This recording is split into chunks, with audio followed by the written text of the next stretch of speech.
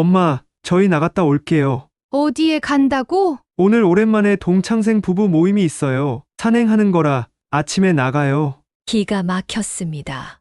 아무도 내 생일인 걸 모른다고? 내색을 해야 할지 말지 몰라서 순간 얼떨떨한 표정을 짓고 있으니 옆에서 남편이 아무렇지도 않은 듯 거들었습니다. 애들이 5시쯤 들어온대. 저녁 나가서 먹자고. 당신 생일이니 맛있는 보쌈 먹으러 갑시다. 선심 쓰듯 내뱉는 남편을 쳐다보며 그 입을 한 대 쥐어받고 싶었습니다. 더군다나 보쌈은 남편이 좋아하는 메뉴였습니다. 저녁에 먹자고? 네, 엄마. 미안해요. 사실 좀 전에야 엄마가 생일인지 알았어요. 근데 약속이 벌써 있어서 꼭 참석해야 돼요. 어머니 다녀올게요. 죄송해요. 그렇게 나가고 저녁 5시쯤 아들과 며느리에게서 전화가 걸려왔습니다. 아버지, 너무 죄송해요. 지금 산에서 내려왔는데 출발해도 집에 도착하면 7시쯤 될 것 같아요. 내일 저녁에 다 같이 먹으면 안 될까요? 아니면 나가서 외식하셔도 좋고요. 전화를 받은 남편은 걱정 말라며 다정하게 대답했습니다.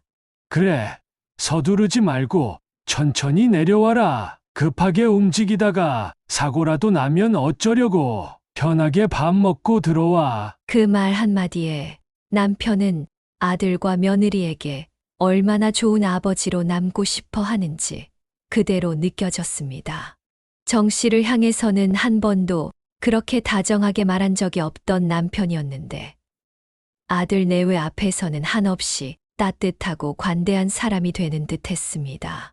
전화를 끊은 김 씨는 아무렇지도 않게 말했습니다.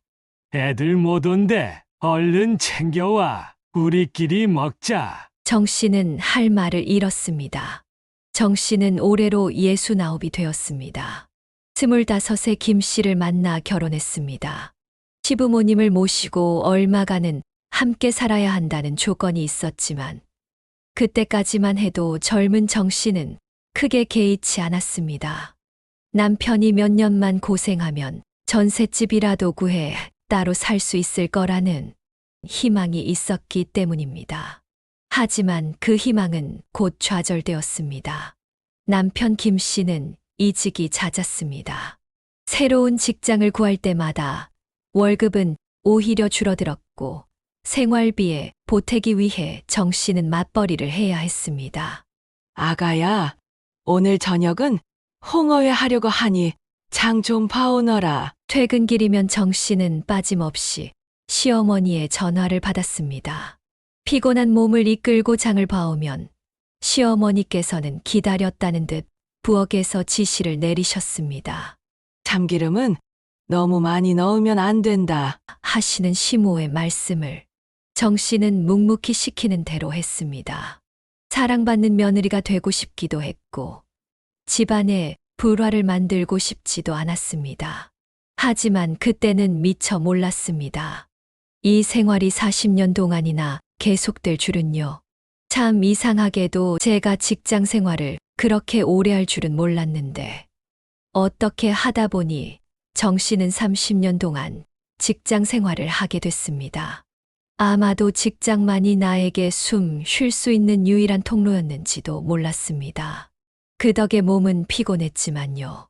55살까지 낮에는 직장에서 일하고 저녁에는 집안일을 도맡아 했습니다. 시어머니께서는 건강이 좋지 않으셔서 늘 정성껏 식사를 차려야 했고 시아버지께서는 고집이 세셔서 매일 반찬을 다르게 준비해야 했습니다. 이런 걸 어떻게 먹냐? 아가야, 국이 너무 싱겁다. 다시 끓여라. 정 씨는 한숨을 쉬며 다시 게스불을 켰습니다. 직장에서는 상사의 눈치를 보고 집에 돌아오면 시부모님의 눈치를 봐야 했습니다. 그렇게 정 씨의 청춘은 흘러가 버렸습니다. 남편 김 씨는 일을 한다는 핑계로 집안일을 나 몰라라 했습니다. 주말이면 시부모님을 모시고 외출해야 했고 집안의 대소사는 전부 정 씨가 챙겨야 했습니다. 시부모님이 아프실 때는 정 씨가 병가를 내고 뒷수발을 드는 것까지 할 수밖에 없었습니다. 정 씨는 시어머니께서 돌아가신 후 이제 좀 편해질 줄로만 생각했습니다. 하지만 그 기대는 오래가지 못했습니다. 시아버지께서 여전히 남아 계셨고 시부의 끼니를 챙기는 일은 오롯이 정 씨의 몫이었습니다. 시아버지께서 4년 전에 돌아가셨을 때 정 씨는 눈물을 흘리면서도 가슴 한편으로는 희망 같은 것이 피어올랐습니다. 이제야 정말 자신만의 삶을 살 수 있을 거라 생각했던 것입니다. 너무나 오랜만에 친구들을 만났습니다. 그들은 심심치 않게 위로의 말과 함께 한마디씩 덧붙였습니다. 야, 이제야 해방이네. 우리처럼 여행도 다니고 밥 걱정 말고 좀 살아봐. 남편이랑 손잡고 제주도라도 한번 다녀와. 아니면 우리끼리라도 가자고. 친구들은 부러울 게 없다는 듯 하나둘 여행 계획을 이야기하곤 했습니다. 이제는 가족을 위해 사는 것이 아니라 자신을 위해 살아야 한다며 정 씨에게도 자유를 누릴 기회를 가지라고 부추겼습니다. 정 씨도 그 말에 고개를 끄덕였습니다. 오랜만에 마음이 들떴습니다. 오래전부터 가고 싶었던 강릉 바다를 떠올리며 인터넷으로 숙소도 찾아봤습니다.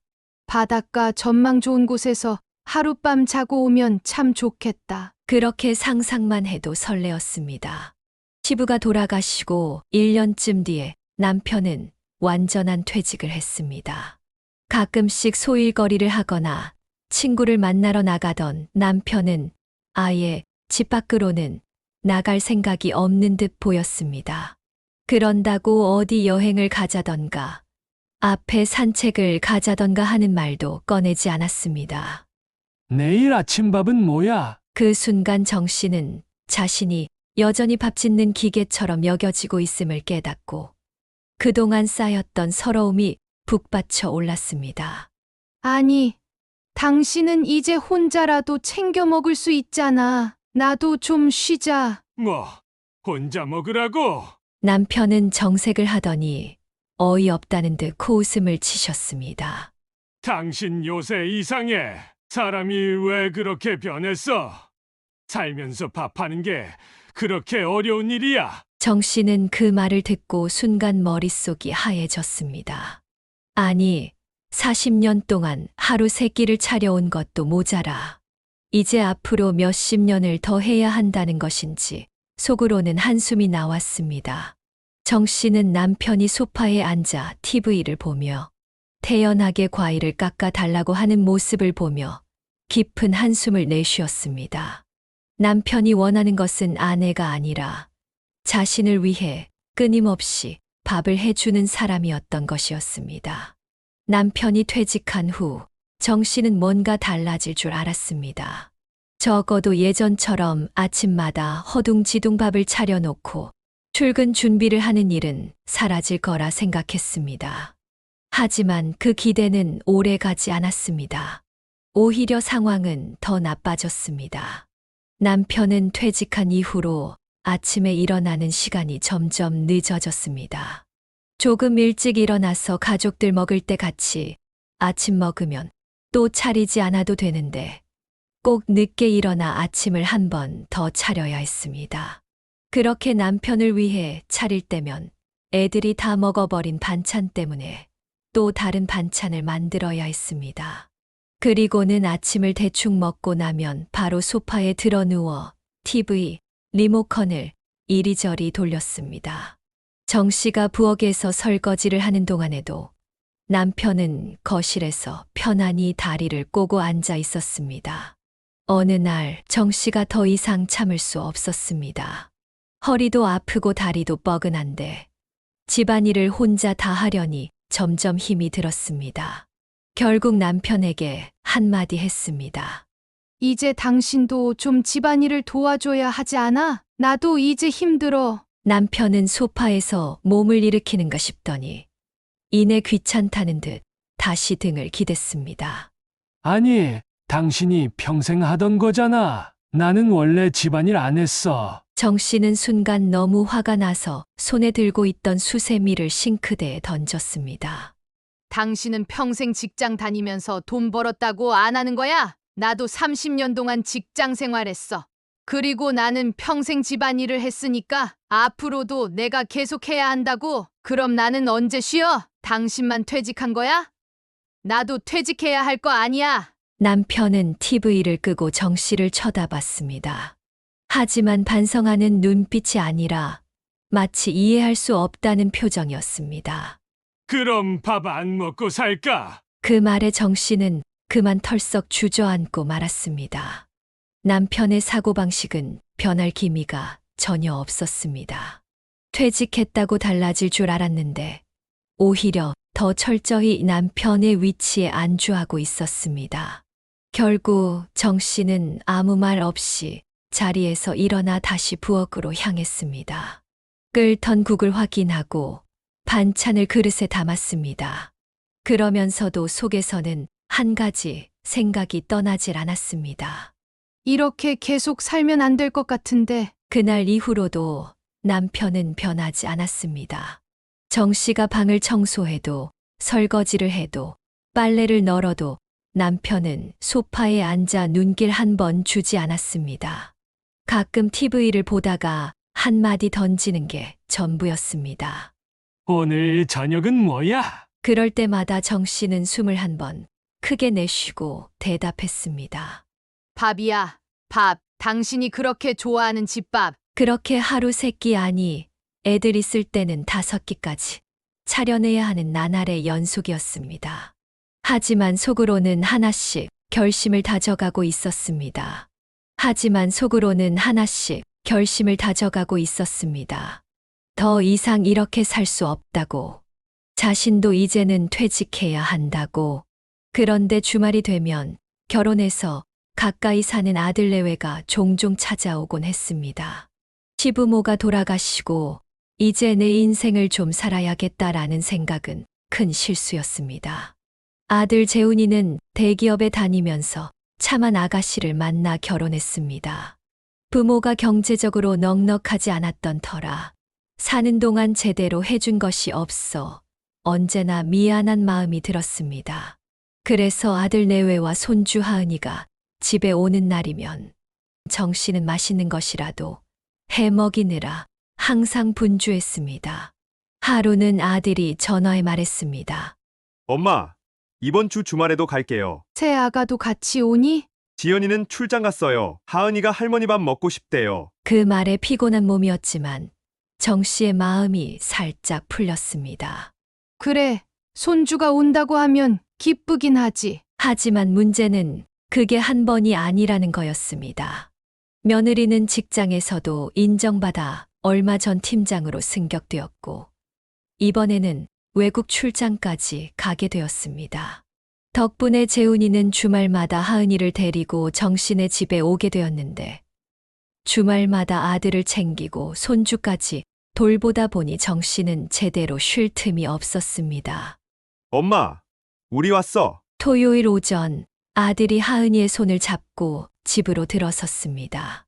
정씨는 반갑게 맞이하면서도 동시에 머릿속에서는 점심과 저녁 메뉴가 돌아가기 시작했습니다. 평소에도 가족 밥상을 차리는 일에 지쳐 있었는데 손주까지 오니 일이 배로 늘어났습니다. 할머니, 나 오늘 고기 먹고 싶어요. 그래, 우리 하은이가 고기 먹고 싶구나. 할머니가 맛있게 해줄게. 정 씨는 곧장 부엌으로 향했습니다. 불판을 꺼내 삼겹살을 구우면서 동시에 반찬도 준비해야 했습니다. 하지만 고기만 있으면 안 되죠. 상추도 씻어야 하고 쌈장도 만들어야 하고 아이가 먹을 국도 끓여야 했습니다.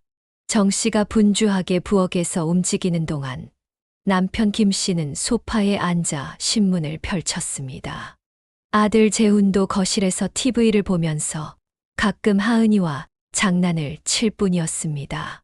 부엌에서 설거지하는 소리, 국 끓이는 소리, 프라이팬에서 고기가 지글지글 익는 소리가 나지만 누구 하나 도와주겠다는 말은 없었습니다. 당신 고기 다 구우면 나도 좀 줘. 남편은 여전히 신문을 접으며 말했습니다. 정 씨는 속으로 한숨을 쉬었지만 아무 말 없이 고기를 한 접시에 담아 남편 앞으로 가져다 놓았습니다. 점심을 먹고 나니 설거지가 쌓였습니다.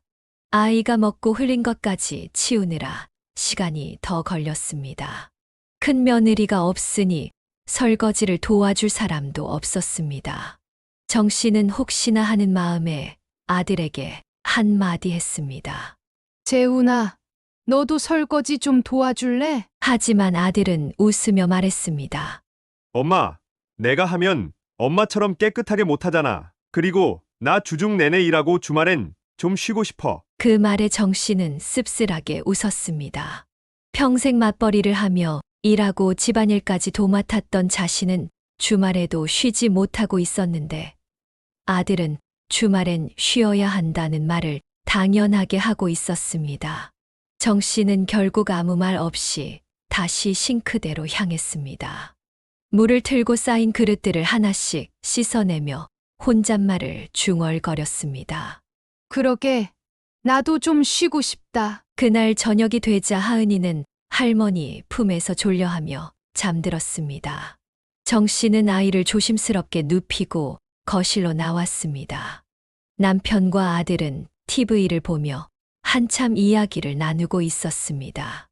엄마, 내일 아침은 간단하게 해도 돼. 그냥 국이나 밥 정도만 있으면 될 것 같아. 아들은 무심하게 말했지만 그 말이 정 씨의 귀에는 내일 아침 먹고 갈게요 라는 뜻으로 들렸습니다.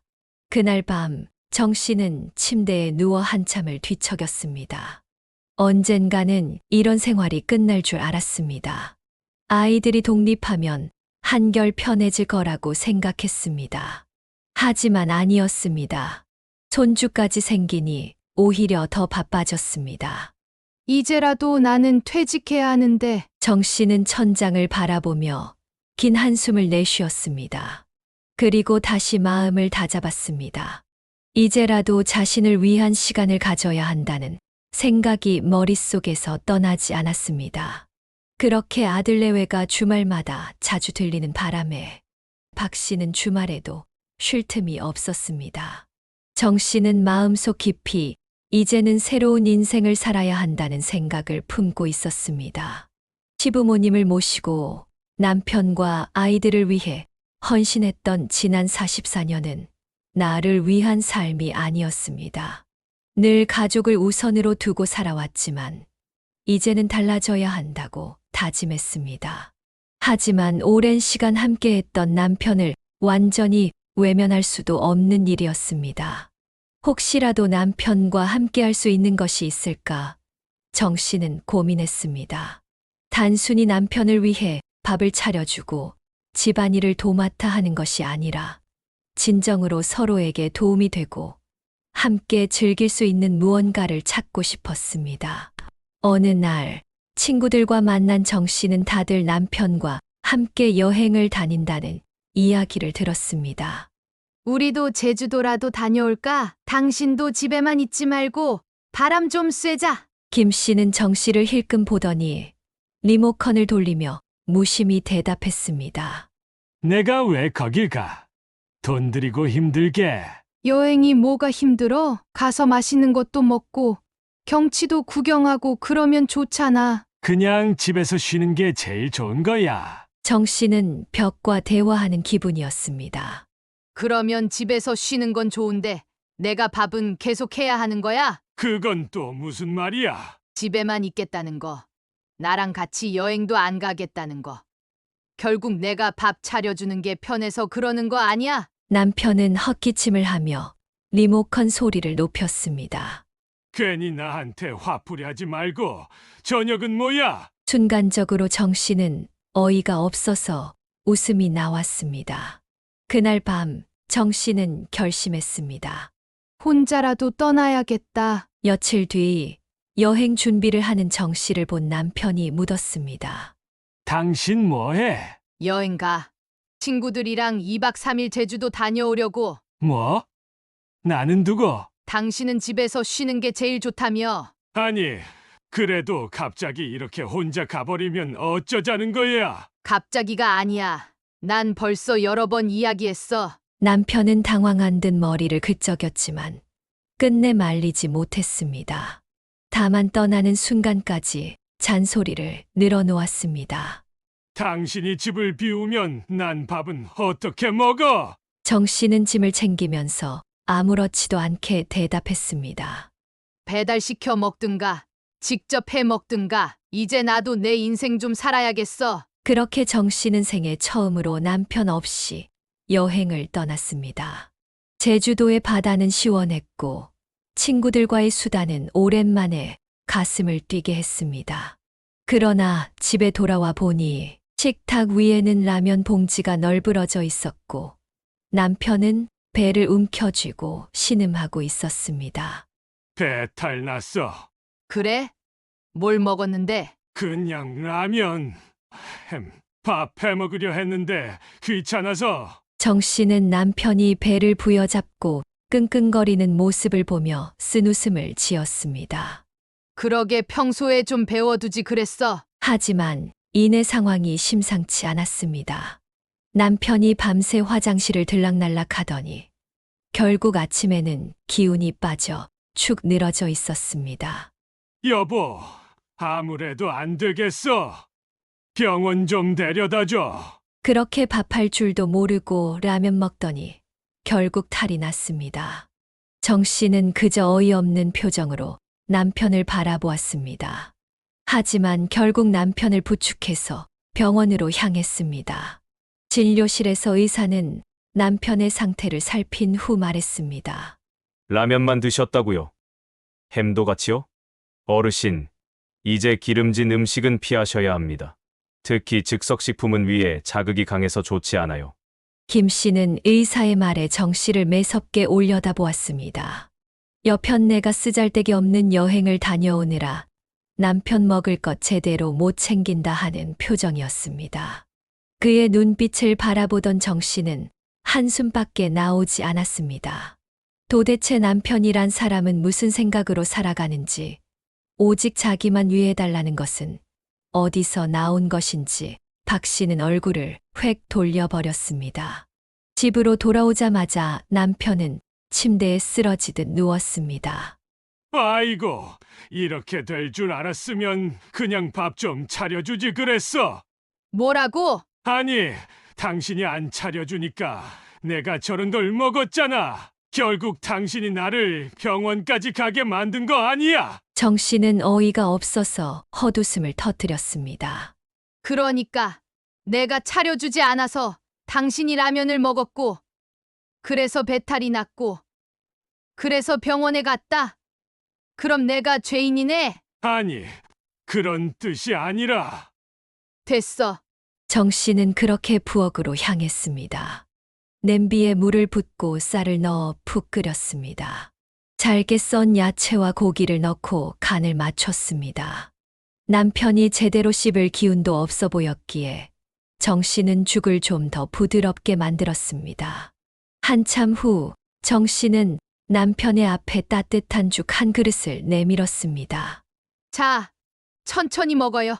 남편은 조심스럽게 숟가락을 들어 죽을 한 입 떴습니다. 한동안 말없이 먹던 남편이 문득 고개를 들었습니다. 역시 집밥이 최고네. 정 씨는 쓴웃음을 지었습니다. 당신 없으면 큰일 나겠어. 하지만 정 씨는 대답하지 않았습니다. 여전히 남편은 자신의 존재를 집밥을 해주는 사람으로만 생각하는 듯 했습니다. 아버지가 병원에 다녀왔다는 소식을 듣고 아들과 며느리가 집에 들렀습니다. 처음에는 아버지를 걱정해서 온 줄 알았지만 그들의 목적은 전혀 다른 곳에 있었습니다. 엄마, 저희 들어와서 살아야겠어요. 아들의 갑작스러운 말에 정 씨는 놀라 아들과 며느리를 번갈아 바라보았습니다. 왜? 무슨 일 있어? 하은이 엄마가 직장에서 팀장으로 승진하니 외국 출장이 잦아졌어요. 저도 이제 직장 나와서 사업 준비를 해야 하니 자금도 마련해야 하고요. 하은이도 할머니가 해주는 밥 먹고 싶다고 하네요. 아들은 막힘없이 말을 이어갔습니다. 그런데 이상하게도 같이 살겠다는 말이 반갑기보다는 가슴이 답답해지고 내려앉는 기분이었습니다. 그래.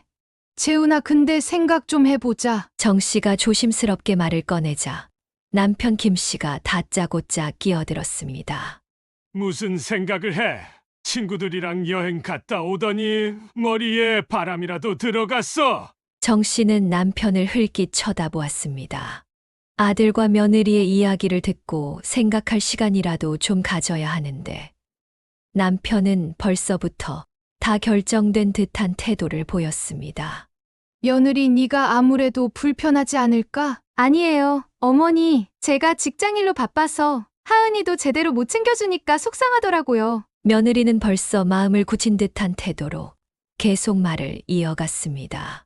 재웅 씨 친구들은 부모님들한테 몇 억씩 보조받아서 사업하는데 꽤 승승장구하고 있어요. 저도 팀장 됐으니 일이 바빠지겠지만 이럴 때 돈 좀 모아야죠. 정 씨는 순간적으로 머리가 핑 도는 느낌이 들었습니다.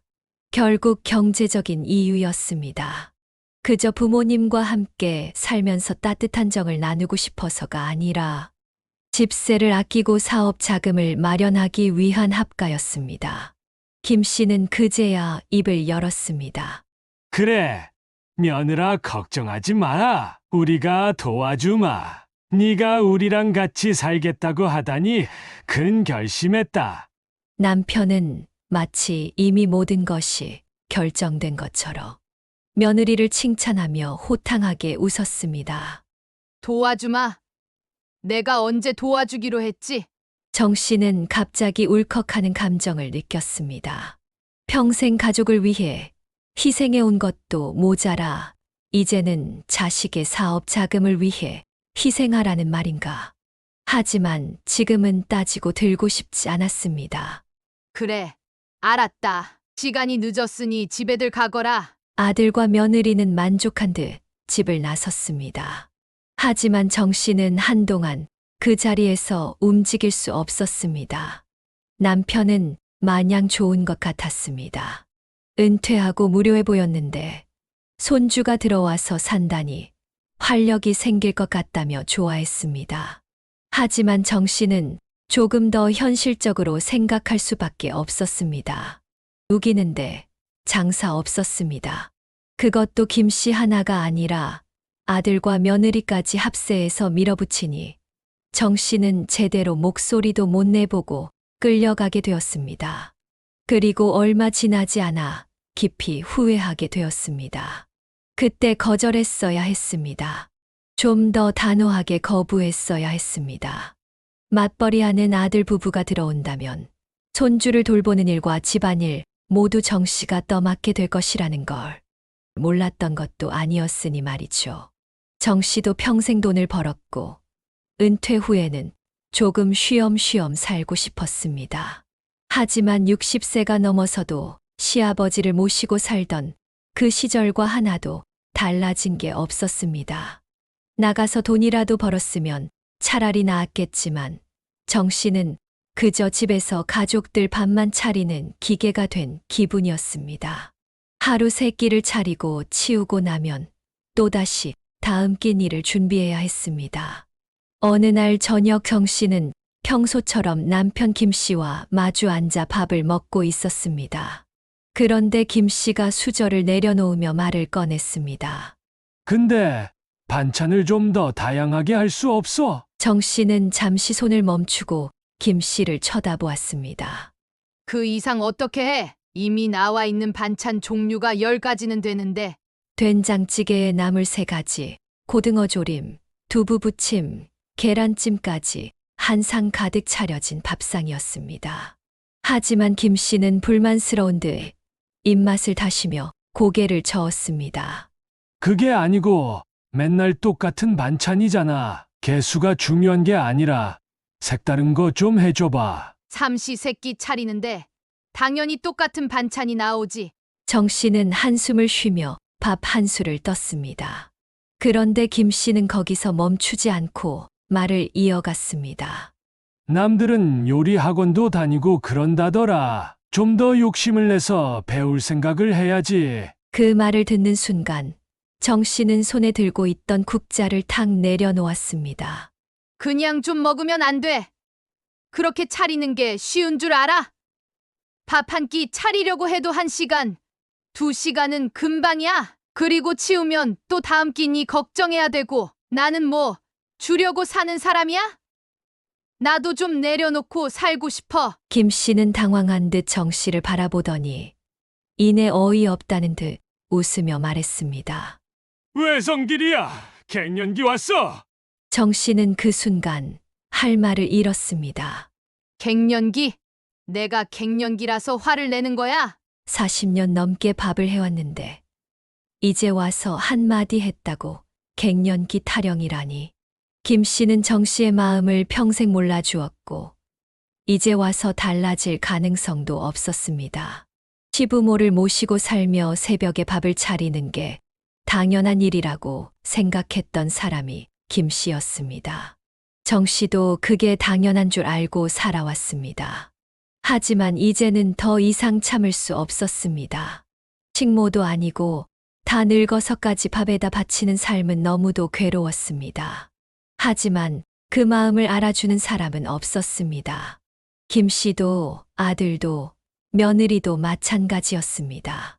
내가 아무 말 없이 계속 해주니까 이게 다 당연한 줄 아는 거겠지. 처음에는 그래도 손주 얼굴을 자주 볼 수 있다는 것이 반가웠습니다. 하지만 그것도 잠시 며느리는 하루가 멀다 하고 외국 출장을 가기 시작했고 결국 이 집안의 모든 일은 정 씨의 몫이 되었습니다. 할머니, 배고파요. 뭐 먹어요? 하은이가 뛰어오며 정 씨의 다리를 붙잡았습니다. 정 씨는 냉장고 문을 열어봤습니다. 남편과 아들의 식사를 준비하면서 하은이 간식까지 챙기려니 정신이 없었습니다. 할머니, 초코우유랑 핫도그. 그건 점심 먹고 먹자. 아니, 지금 먹고 싶어요. 이제는 밥을 차리는 것뿐만 아니라 손주의 요구까지 맞춰야 하는 상황이 되었습니다. 거실을 둘러보니 장난감과 아들 내외의 짐들이 여기저기 널려 있었습니다. 원래는 정 씨가 오후마다 편히 앉아 TV를 보며 차 한 잔을 마시던 공간이었는데 이제는 한숨을 쉬며 어지러운 방을 치워야 하는 공간이 되어버렸습니다. 설거지를 하다 말고 허리를 펴자 남편 김 씨는 신문을 보며 대수롭지 않다는 듯 한마디 했습니다. 그래도 집이 북적북적하니 좋지. 좋다니, 누구한테 좋은 걸까? 정 씨는 다시 싱크대 안으로 시선을 돌렸습니다. 이제 그녀는 알 것 같았습니다. 이 집에서 나라는 사람은 없다는 것을. 그렇게 그녀의 마음은 점점 무너지고 있었습니다. 목구멍이 막힐 정도로 사는 게 힘들지만 정 씨는 아들에게 도움이 될 수 있다는 생각에 꾹 참고 할 일을 했습니다. 설거지를 끝내고 소파에 앉아 TV를 볼 때면 아들과 손주가 옆에서 두런두런거리며 대화하는 모습을 보며 가슴이 뿌듯하기도 했습니다. 며느리는 하루가 멀다 하고 출장을 갔다 와서는 집에 돌아오면 피곤해서 손도 꼼짝 못했습니다. 밤 늦게 들어와서 방에 들어가면 방에서 나오지도 않았습니다. 어느 날 하루 일찍 들어오는 날이면 배가 안 고프다며 직장일을 가지고 들어와서 방에 틀어박혀 나오질 않았습니다. 빨리 돈 벌어야 한다고 하니 뭐라고 혼낼 수도 없었습니다. 얼마 뒤 생일날 아침이었습니다. 마침 주말이어서 식구들 모두 집에 있었습니다. 2, 3일 전부터 몸이 아프고 머리가 무거워 알람 소리를 듣지도 못하고 8시쯤 눈이 떠졌습니다. 눈을 감고 잠깐 누워있자니 밖에서 시끌거리는 소리, 웃음소리가 들렸습니다. 아, 내 생일이지. 애들이 뭐 준비하나? 라는 생각이 문득 들어 마음이 뿌듯했습니다. 그래도 엄마 생일은 챙기나 보네. 고맙네. 애들이 밥 먹으라고 부르겠지 싶어 오랜만에 침대에서 뒹굴거렸습니다. 시간이 웬만큼 흘렀는데도 아무 인기척이 없자 정 씨는 나가보았습니다. 그런데 아들과 며느리가 외출 준비를 하고 있었습니다. 정 씨를 보더니 밝게 웃으며 말했습니다. 엄마, 저희 나갔다 올게요. 어디 가는 거야? 오늘 오랜만에 동창생 부부 모임이 있어요. 산행하는 거라 아침에 나가요. 기가 막혔습니다. 아무도 내 생일인 걸 모른다고? 내색을 해야 할지 말지 몰라서 순간 얼떨떨한 표정을 짓고 있으니 옆에서 김 씨가 아무렇지도 않은 듯 거들었습니다. 애들이 5시쯤 들어온대. 저녁 나가서 먹자구. 당신 생일이니 맛있는 보쌈 먹으러 갑시다. 선심 쓰듯 내뱉는 남편을 쳐다보며 그 입을 한 대 쥐어받고 싶었습니다. 더군다나 보쌈은 김 씨가 좋아하는 메뉴였습니다. 저녁에 나가서 먹자고? 네, 엄마. 미안해요. 사실 좀 전에야 엄마 생일이라고 애엄마가 챙기더라고요. 근데 약속이 벌써 있어서 꼭 참석해야 돼요. 어머니 다녀올게요. 죄송해요. 아들 내외는 불이 나게 나가버렸습니다. 침대에 누워 애들이 식사하세요 라고 부르기를 기다렸던 박 씨는 내가 무슨 복이 있어서. 하는 마음이 저절로 들었습니다. 아들 내외가 나가자 기다렸다는 듯이 김 씨가 말했습니다. 아침 먹어야지. 할머니 배고파요. 우리 뭐 먹어요? 손주가 배고프다고 하니 다른 생각할 겨를도 없이 주방으로 가서 아침을 준비했습니다. 정 씨의 속에서는 뭔지 모를 뜨거운 것이 치밀어 올라오고 있는데 지금 당장은 손주 입에 들어갈 밥상을 차리는 것이었습니다. 그리고 아무도 챙겨주지 않는 생일이지만 오늘 아침만큼은 잘 차려 먹어야겠다는 생각이 들어서 만들었습니다. 미역국도 끓였습니다. 그렇게 아침을 먹으며 남편이 말했습니다. 미역국 잘 끓였네. 역시 당신 음식 솜씨가 베스트야. 정 씨는 더 이상 아무 말도 하지 않았습니다. 이 집에서 내 생일이 의미 있는 날이었던 적이 있었나? 기억을 더듬어 보니 한 번도 정 씨를 위한 생일상이 차려진 적이 없었습니다. 어릴 적에는 부모님이 챙겨주셨고 결혼 후에는 시부모님의 생신을 챙기느라 자기 생일은 늘 뒷전이었습니다. 아이들이 어릴 땐 생일이라고 아이들을 위한 특별한 밥상을 차렸고 남편의 생일이면 정성을 다해 미역국과 잡채, 불고기를 준비했습니다. 하나뿐인 아들과 며느리는 시어머니의 생일에 대한 관심조차 없었고 남편 역시 아들 내외의 약속을 우선으로 생각하며 아내의 생일은 당연한 듯 뒷전으로 미뤘습니다. 정 씨는 그 사실을 모르고 산 것도 아니었지만 막상 이렇게 직접 겪고 나니 씁쓸함이 밀려왔습니다. 생일날 아침 정 씨는 남편과 손주와 함께 조용히 식사를 했고 점심도 차려준 뒤 조용한 하루를 보냈습니다. 그런데 이상하게도 속이 상할 법한 날인데도 마음이 편안하고 고요했습니다. 그동안 수없이 쏟아졌던 기대와 서운함이 이제는 더 이상 의미가 없어졌다는 걸 깨달은 걸까요? 저녁 5시쯤 아들과 며느리에게서 전화가 걸려왔습니다. 아버지, 너무 죄송해요. 지금 산에서 내려왔는데 출발해도 도착하면 7시쯤 될 것 같아요. 내일 저녁에 다 같이 먹으면 안 될까요? 아니면 나가서 외식하셔도 좋고요. 전화를 받은 김 씨는 걱정 말라며 다정하게 대답했습니다. 그래, 서두르지 말고 천천히 내려와라. 급하게 움직이다가 사고라도 나면 어쩌려고. 편하게 밥 먹고 들어와. 그 말 한마디에 김 씨가 아들과 며느리에게 얼마나 좋은 아버지로 남고 싶어 하는지 그대로 느껴졌습니다. 정 씨를 향해서는 한 번도 그렇게 다정하게 말한 적이 없던 남편이었는데 아들 내외 앞에서는 한없이 따뜻하고 관대한 사람이 되는 듯 했습니다. 전화를 끊은 김 씨는 아무렇지도 않게 말했습니다. 애들 못 온대. 얼른 우리끼리 먹자. 정 씨는 한숨을 삼키며 식탁으로 향했습니다. 정 씨는 아무 말 없이 저녁을 차려내고 커피 한 잔 만들어 방으로 들어갔습니다. 저녁에 뭔 커피야? 안 먹던 블랙커피는 갑자기 왜? 정 씨는 결혼 전에 자주 마시던 블랙커피가 문득 생각이 났습니다. 따뜻한 블랙커피 한 잔을 들고 화장대에 앉아 거울 앞에 모습을 바라보며 정 씨는 마음에 결정이 난 듯 평화로워졌습니다. 다음 날 정 씨는 자신의 통장을 확인했습니다. 30년 동안 다녔던 직장에서 받은 퇴직금을 그대로 모아둔 덕분에 생각보다 꽤 많은 금액이 남아 있었습니다. 그동안 가족을 위해 쓰느라 정작 본인을 위해서는 돈을 써본 적이 없었는데 이제는 달라져야겠다는 생각이 들었습니다. 잠시 고민하던 정 씨는 결혼하기 전에 살았던 동네를 찾아갔습니다. 오랜만에 찾은 동네는 많이 변했지만 여전히 익숙한 길과 오래된 가게들이 남아 있었습니다.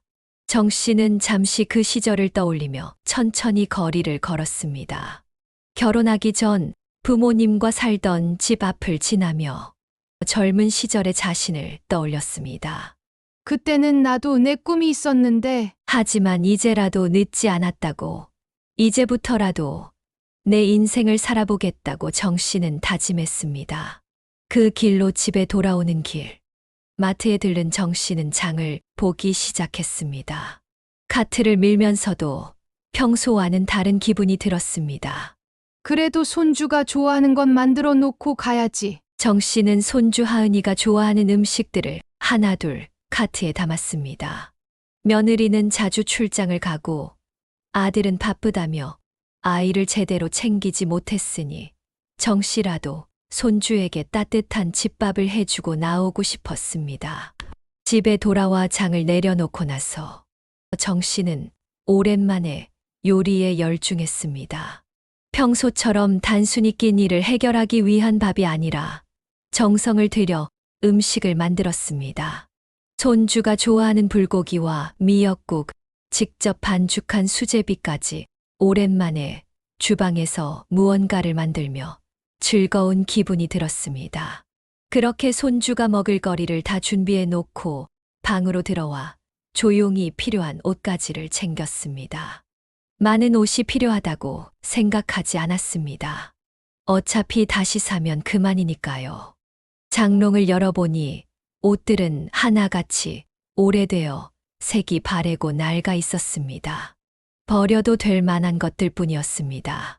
내가 이렇게 오래된 옷들만 입고 살았구나. 가족들 옷을 사느라 정작 본인을 위해서는 제대로 된 옷 한 벌 사지 못했던 세월이 떠올랐습니다. 하지만 후회는 없었습니다. 이제부터라도 나를 위해 입을 옷을 마련하면 되는 것이니까요. 정 씨는 자신이 가장 편하게 입던 옷 몇 벌만 골랐습니다. 그리고 주방으로 가서 자신이 평소에 잘 쓰던 밥그릇 하나와 물컵 하나를 꺼냈습니다. 그것이면 충분했습니다. 신발장에서는 신발 몇 켤레만 챙겼습니다. 생각보다 챙길 것이 많지 않았습니다. 평생 가족들을 위해 살아오면서 정작 자신의 물건은 몇 개 되지 않는다는 사실이 씁쓸했지만 오히려 가벼운 짐이 마음을 더 단단하게 만들어주는 것 같았습니다. 그렇게 간단한 가방 하나를 들고 현관을 나서려는데 손주가 정 씨를 불렀습니다. 할머니, 어디 가요? 정 씨는 순간 가슴이 저릿했지만 최대한 평온한 얼굴로 손주의 머리를 쓰다듬었습니다. 하은아, 냉장고에 내가 좋아하는 음식 만들어 놨다. 저녁에 먹어. 손주는 아무런 의심도 없이 고개를 끄덕이며 환하게 웃었습니다. 알았어요. 다녀오세요. 그리고는 다시 제 방으로 들어갔습니다. 그 모습을 지켜보던 김 씨가 이상하다는 듯 정 씨를 바라보았습니다. 순간적으로 무언가 말하려는 듯 입을 열었지만 정 씨는 그 순간 몸을 돌려 현관문을 열고 빠져나왔습니다. 뒤돌아보지 않았습니다. 혹시라도 눈물이 날까 싶었지만 이상하게도 눈물 한 방울 나지 않았습니다. 오히려 마음이 차분했습니다. 이제야 정말 자유로워지는구나. 정 씨는 그렇게 조용히 자신만의 새로운 길을 향해 한 걸음 내디뎠습니다. 정 씨는 작은 가방 하나를 달랑 들고 새 보금자리의 문을 철컥 열었습니다. 익숙하면서도 낯선 공간이었습니다. 결혼 전 젊은 시절을 보냈던 동네, 그곳에 다세대 주택 3층에 원룸을 얻었습니다. 방은 넓지 않았지만 정 씨에게는 충분했습니다. 무엇보다도 앞을 가로막는 건물이 없어 저 멀리까지 훤히 보이는 전망이 마음에 들었습니다. 오랜 세월 집안일과 가족을 위해 살아온 정 씨에게 이렇게 혼자만의 공간이 생겼다는 사실이 새삼스럽게 다가왔습니다. 정 씨는 방 한가운데 서서 천천히 둘러보았습니다. 작은 싱크대, 단출한 가구, 햇살이 비치는 창문, 군더더기 하나 없는 공간이었지만 그 자체로 너무나 따뜻하고 편안하게 느껴졌습니다. 가방을 내려놓고 창가로 다가가 밖을 바라보았습니다. 푸른 하늘 아래 동네 아이들이 뛰어노는 소리가 들려왔습니다. 문득 내가 이렇게 살 수도 있었구나. 하는 생각이 들었습니다. 결혼 후 시부모님을 모시고 살면서 늘 가족을 위한 삶을 살아왔습니다. 그런데 이제는 오롯이 자신만을 위한 공간이 생겼습니다. 더 이상 누군가의 식사를 챙길 필요도, 하루 세 끼를 고민할 필요도 없었습니다. 정 씨는 조용히 한숨을 내쉬고 웃음을 지었습니다. 이제부터가 진짜 내 삶이네. 혼잣말을 중얼거리며 정 씨는 가방을 풀기 시작했습니다. 정 씨는 며칠째 쉴 새 없이 울려대는 휴대폰을 보며 한숨을 쉬었습니다. 눈 딱 감고 집을 나왔지만 이게 정답이었다는 생각이 들었습니다. 아니, 진작에 이렇게 했어야 했습니다.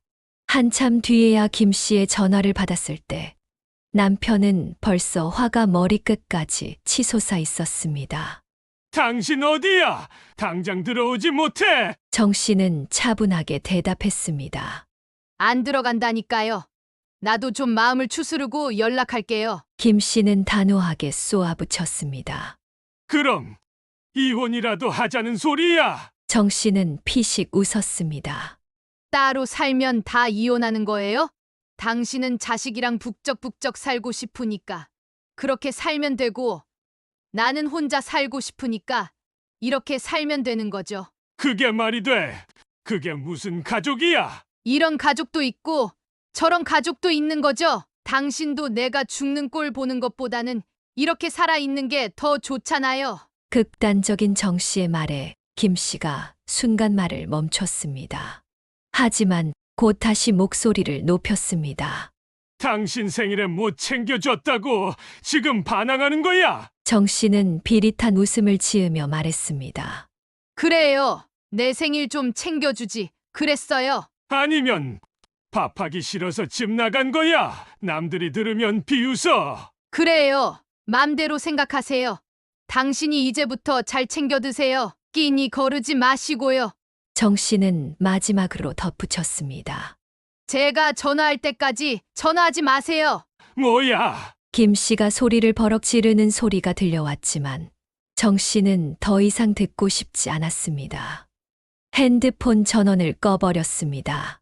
창밖으로 시원한 바람이 불어왔습니다. 여태까지 들어본 적 없는 아주 깊은 평온함이 느껴졌습니다. 며칠 동안 휴대폰 없이 조용히 지내던 정 씨는 문득 궁금해졌습니다.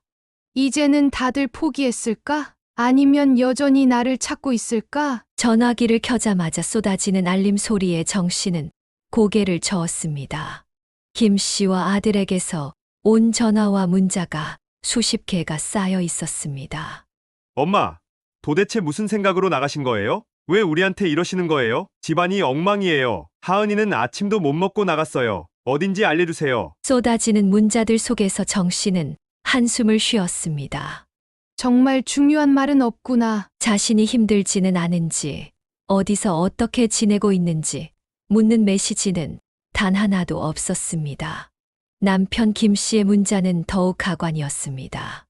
네가 이 집안을 엉망으로 만드는구나.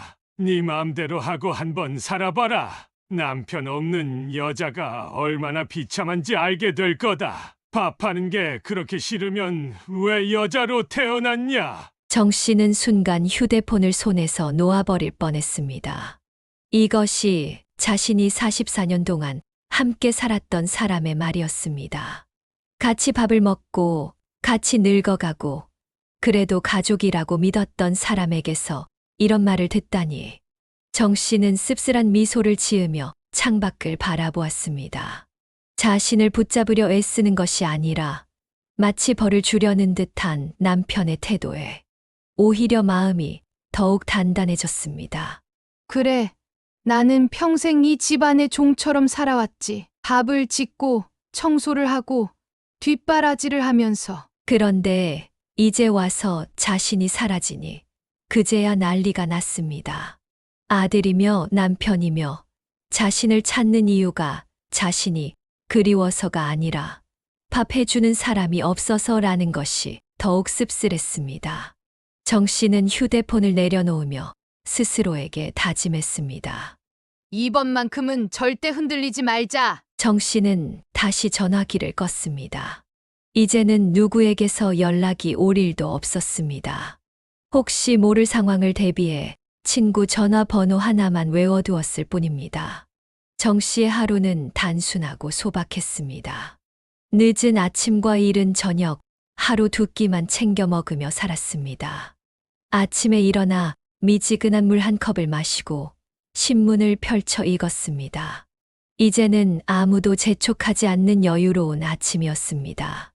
천천히 신문을 읽다 보면 세상이 어떻게 돌아가는지도 궁금해졌습니다. 간단하게 아침을 먹고는 가벼운 옷차림으로 동네를 한 바퀴 산책했습니다. 오랜만에 혼자만의 시간이 생기니 걸으면서도 많은 생각이 들었습니다. 이제야 내가 나를 위해 사는구나. 정 씨는 책을 읽어보면 좋을 것 같아서 하루에 한 번은 꼭 작은 동네 서점을 들렀습니다. 책방에서 한참을 둘러보다 마음에 드는 책을 한 권씩 골라 들었습니다. 가벼운 시집이나 짧은 에세이를 손에 들고 읽다 보면 시간이 금방 지나갔습니다. 돌아오는 길에는 붕어빵을 하나 사서 입에 물었습니다. 뜨끈한 붕어빵을 한 입 베어 물고 바삭한 소리를 듣고 있자니 어릴 적 겨울방학 때 동네 슈퍼 앞에서 붕어빵을 사 먹던 기억이 떠올랐습니다. 저녁으로 먹을 만두 한 박스를 들고 집으로 돌아오면 책을 읽다가 서툰 뜨개질도 1시간 정도 했습니다. 처음에는 엉망진창이었지만 실 한 올 한 올 엮어가다 보면 어느새 손끝이 익숙해졌습니다. 그리고 하루에 1시간 정도는 자신이 앞으로 어떻게 살아야 할지 고민하며 글로 적었습니다. 공책 한 권을 펼쳐놓고 연필을 손에 쥔 채 머릿속에 떠오르는 생각들을 하나씩 써 내려갔습니다. 정 씨는 하루에 한 번씩 연필을 들고 앉아 있자니 오래전 기억들이 떠오르곤 했습니다. 어렸을 때 어머니가 정 씨의 머리를 빗겨주시던 순간, 시집 오던 날의 설렘, 첫 직장에 출근하던 날, 그리고 한없이 바쁘고 정신없던 지난 세월까지. 정 씨는 기억을 글로 남겼습니다. 누구에게 보여주려는 것도 아니었고, 누군가 알아주기를 바라는 것도 아니었습니다. 그저 이제라도 자신을 위해 살아야 한다는 다짐을 되새기며 하루하루를 차곡차곡 쌓아가고 있었습니다. 그리고 주일이면 성당에 나가기 시작했습니다. 마침 집 앞에 성당이 있어서 큰 고민 없이 발걸음을 옮겼습니다. 정 씨는 어렸을 때 받았던 세례명이 있었지만 오랫동안 잊고 살았습니다. 그러나 이제는 성당에서 사람들은 정 씨를 데레사라고 불렀습니다. 가끔은 성당에서 누군가가 데레사님 하고 부르면 정 씨는 자신이 아닌 줄 알고 그냥 지나치곤 했습니다. 너무 오랜 시간 동안 정숙자로만 살았기에 정작 정 씨 이름이 아닌 것처럼 낯설게 들렸습니다. 하지만 차츰 데레사라는 이름이 정 씨 안에서 새롭게 자리 잡고 있었습니다. 그렇게 정 씨는 조용히 그러나 나름의 의미를 찾아가며 살고 있었습니다. 그러던 어느 날 6개월 만에 남편과 연락이 닿았습니다. 여보, 전화기 너머의 목소리는 전보다 기운이 없었습니다.